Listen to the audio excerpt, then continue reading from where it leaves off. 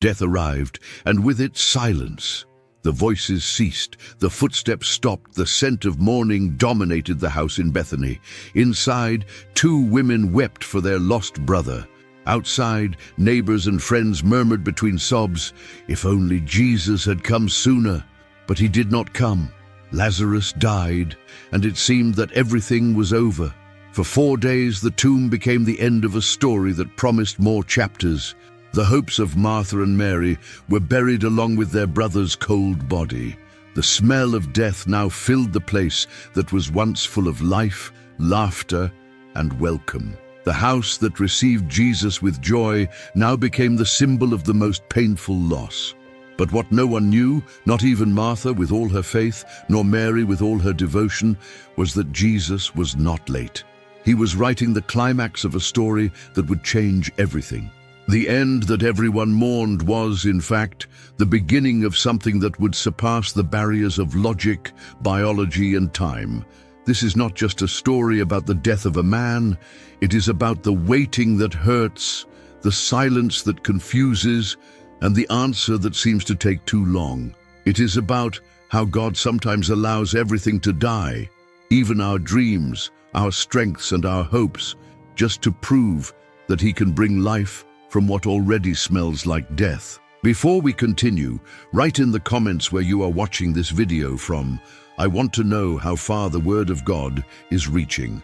Like this video, and if you are not yet subscribed, subscribe to the channel so you don't miss more amazing stories like this one. The name Lazarus would echo through the generations not only as a friend of Jesus, but as a living symbol that even when everything seems lost, God is still in control of the story. And the most impactful thing is that this story is not just about him.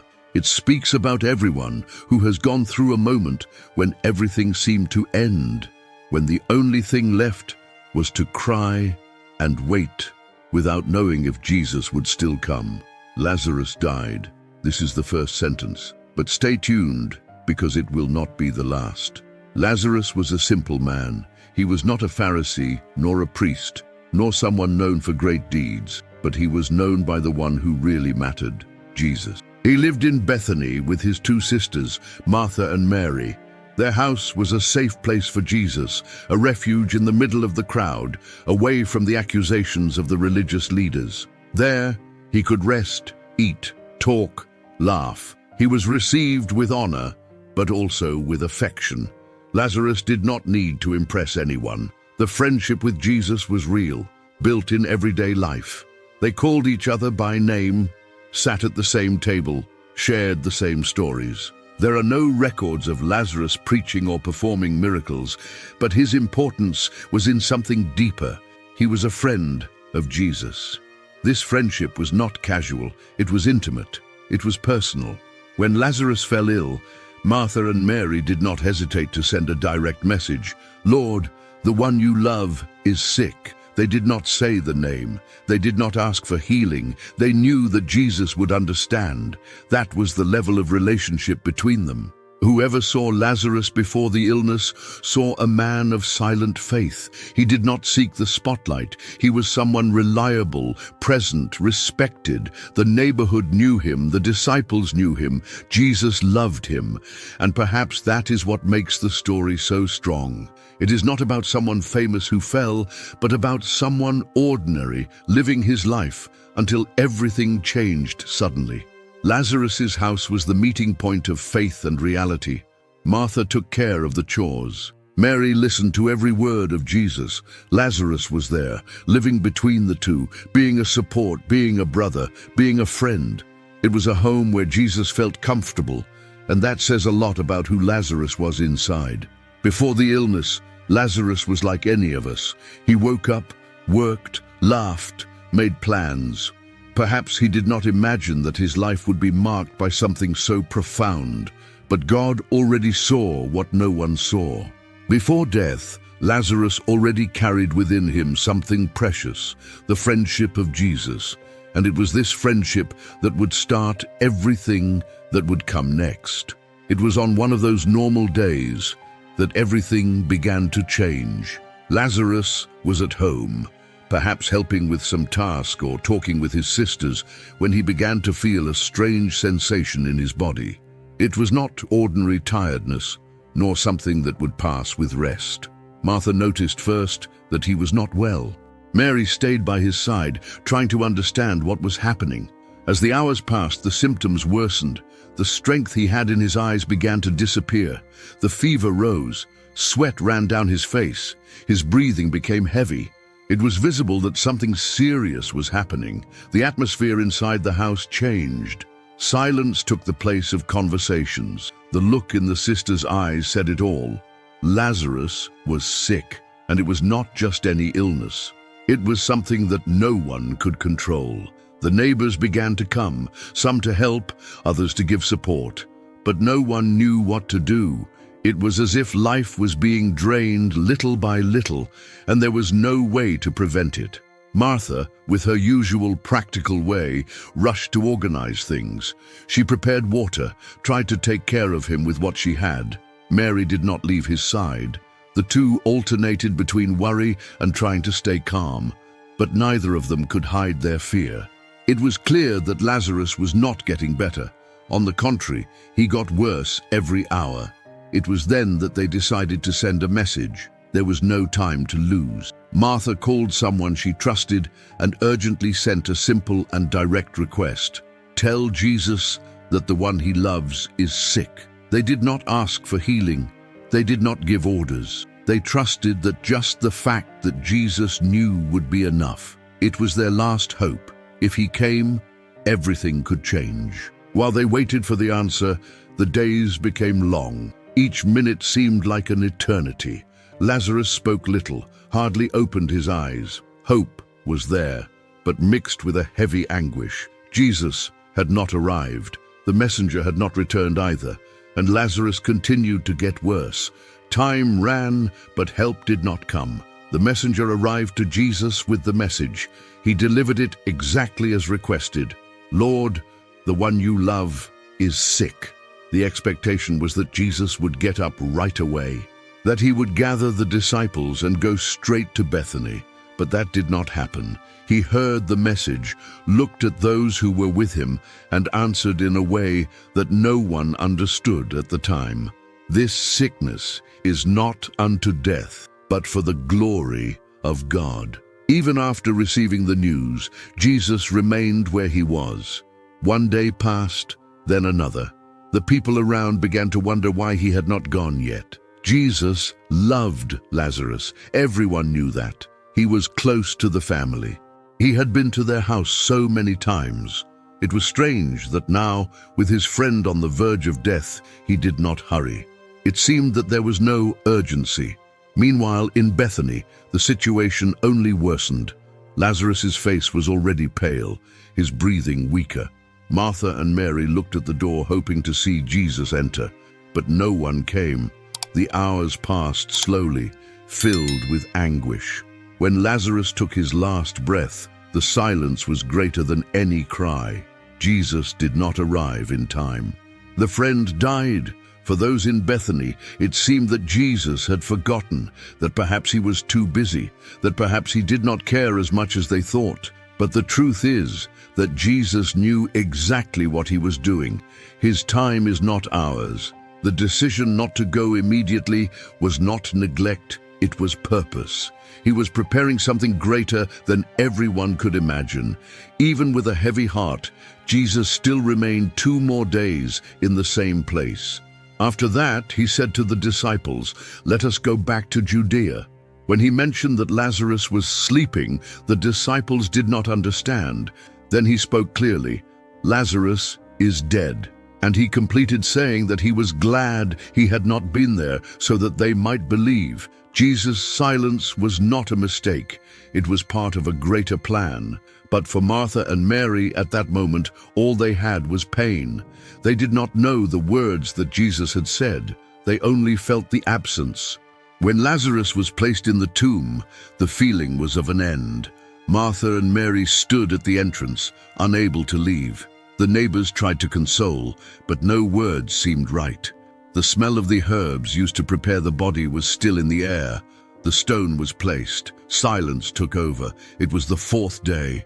Inside the house, the sisters barely spoke. The mourning was heavy.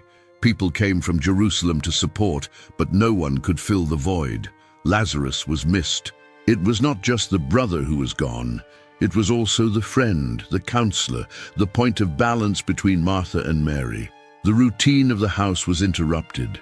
Mealtimes lost their meaning. No one could eat properly.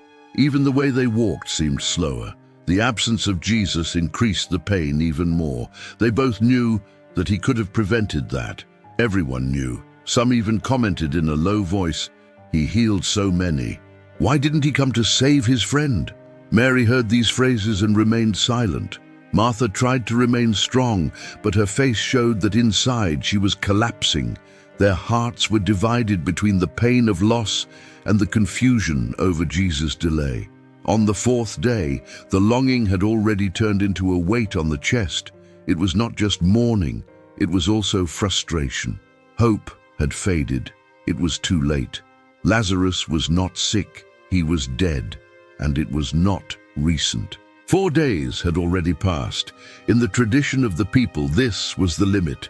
After that, no one believed that anything could be done. Even so, people still went to the house. They cried, prayed, remained silent. It was a charged environment.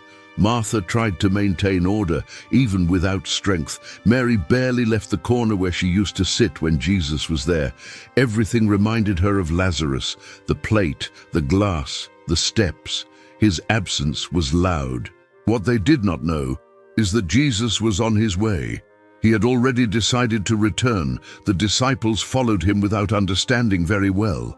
Bethany was not far, and the time of waiting was coming to an end. But at that moment, Martha and Mary could only feel the weight of absence. It was the fourth day.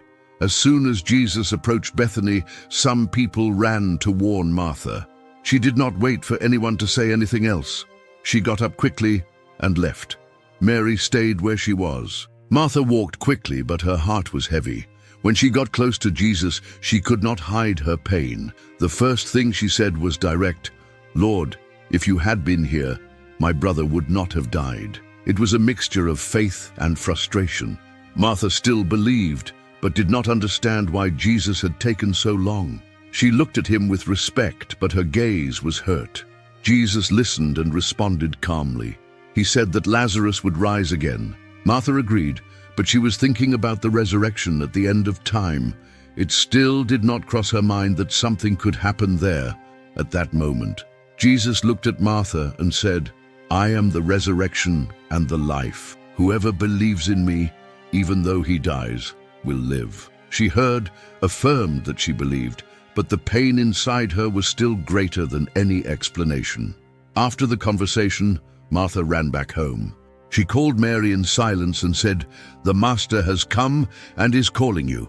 Mary got up suddenly. She left without giving many explanations. The people who were in the house thought she was going to cry at the tomb, so they followed her. When she saw Jesus, she fell at his feet and repeated the same phrase that Martha had said, "Lord, if you had been here, my brother would not have died." But Mary said nothing else, she just cried. The crying was strong, painful, and the people around also began to cry. Jesus looked at all that. He saw the pain of the sisters, the despair of the people, the weight of that environment. The Bible says that he was deeply moved. It was at that moment that he asked where they had placed Lazarus. They said he was in the tomb, and before everyone, Jesus wept. The pain of the sisters reached his heart. It was not just sadness for the dead friend. It was the suffering of those who waited for help and thought they would no longer be heard. But now he was there, present, before the pain, before the mourning, before the loss. And no one knew what he would do next. People walked with Jesus to the tomb. No one spoke much. The sadness was visible. His presence changed the environment, but there was still pain in the air. While they walked, some looked at the ground. Others exchanged quick glances. Deep down, many were thinking the same thing. If he healed the blind, if he made the paralytics walk, why didn't he arrive sooner? It was his friend. It was someone so close, Some began to comment. It was not gossip, it was confusion. They said that with all the power that he demonstrated, it was difficult to understand why he let Lazarus die. The feeling was not of contempt, but of doubt. All that was new, difficult to accept. It was complicated to understand the reason for the delay. The expectation had been broken. Mary, who was walking more slowly, was still crying.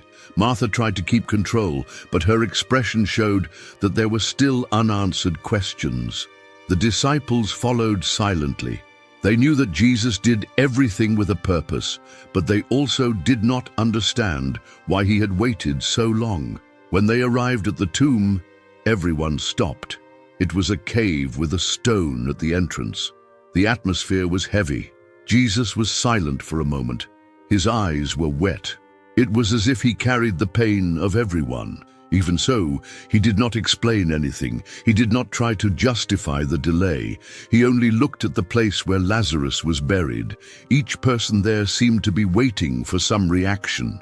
Until that moment, no one understood what he intended to do. What was most disturbing was his silence in the previous days. Martha and Mary sent the message. The answer arrived, but he stayed. 4 days after the death, he appeared. For those who were there, this was difficult to accept. It was not a lack of faith, it was the pain speaking louder.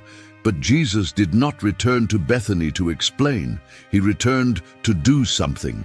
The questions continued, but now they were mixed with a different expectation. What would he say? What would he do? It was still too early to understand, but something in that look showed that the most important moment was yet to happen. Jesus stopped in front of the tomb. The entrance was closed with a heavy stone. It was a simple place, as was common at the time. Everyone was around, looking at him. The atmosphere was still of mourning, but now there was also a different kind of tension. No one knew what was about to happen, but everyone perceived that this moment had something special. He looked at the stone and spoke firmly. "Take away the stone." The order surprised. Martha approached quickly and spoke in a low voice. "Lord, it's already been 4 days. The body already smells bad." She did not want to disrespect, but the situation was delicate. It was her brother's body in there.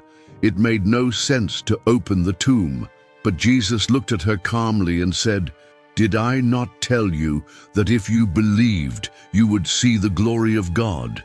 No one answered. Some men approached and began to push the stone.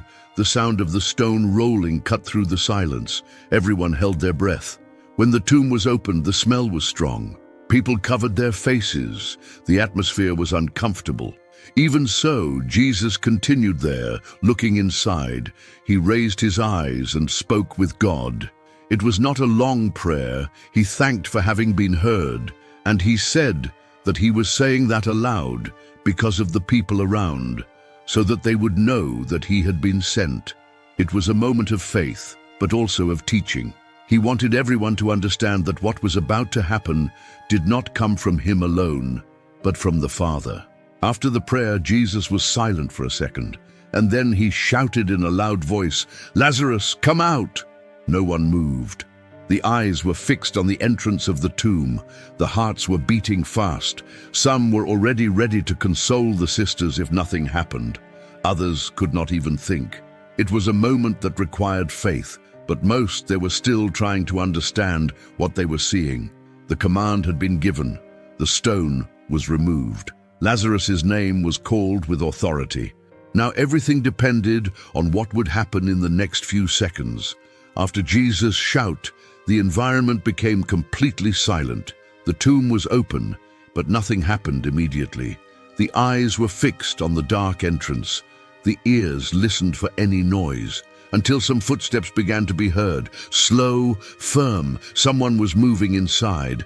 Suddenly, Lazarus appeared. He was standing wrapped with bandages all over his body, his face covered with a cloth. There was no doubt. It was him. He was alive.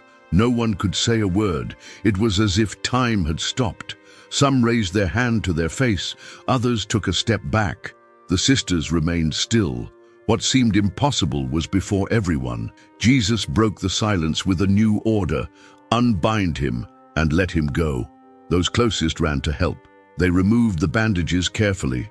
Lazarus breathed heavily. His eyes adjusted to the light. He was confused but standing. He looked around. He recognized the faces.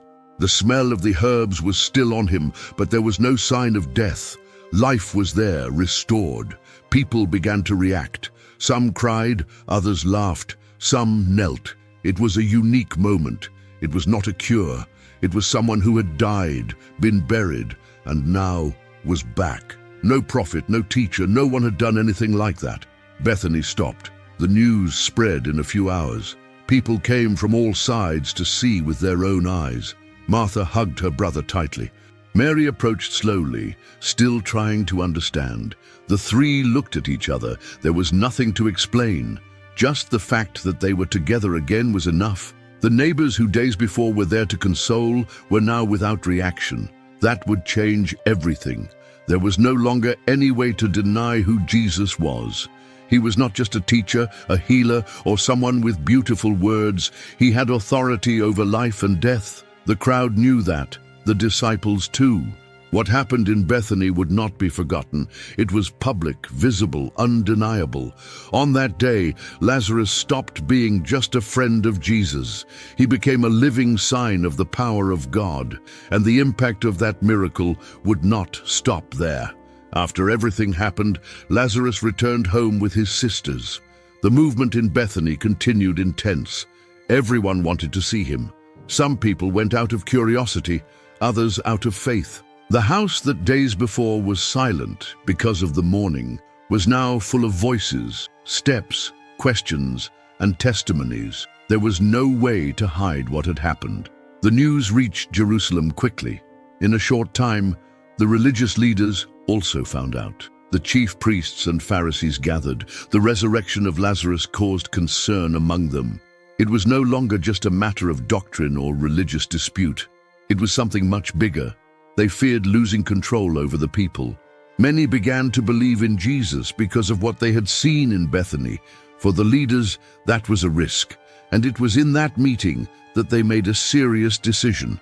They not only decided to kill Jesus, but also began to plan the death of Lazarus. The man who had returned from the dead now became the target of a threat. His life was in danger for being living proof of what Jesus did. Even so, he remained there. He continued among his own, living normally. The Bible does not describe details of Lazarus's routine after the miracle, but the text shows that he became a reference for many. When Jesus returned to Bethany before Passover, a dinner was prepared in his honor, and Lazarus was present, sitting at the table. On that day, many Jews went not only to see Jesus, but also to see Lazarus. He did not need to say anything. His own existence spoke. His resurrection was a testimony that could not be erased. It was not a story told by third parties. It was something that was before everyone's eyes. Lazarus's new life was not a peaceful life. Along with the miracle came responsibility and risk. Being remembered for something so great also attracted opposition, but he remained firm. He was alive, and that in itself was already a sign. What began with pain, illness, and death ended with life, impact, and transformation. Lazarus's story is not about how everything ended. It is about how everything started again after Jesus arrived. If you like Bible stories like this one of Lazarus, I invite you to subscribe to our channel so you don't miss the next videos. Leave your like and share this video with someone you love and needs to learn more of the Word of God. May God bless you, and until the next video.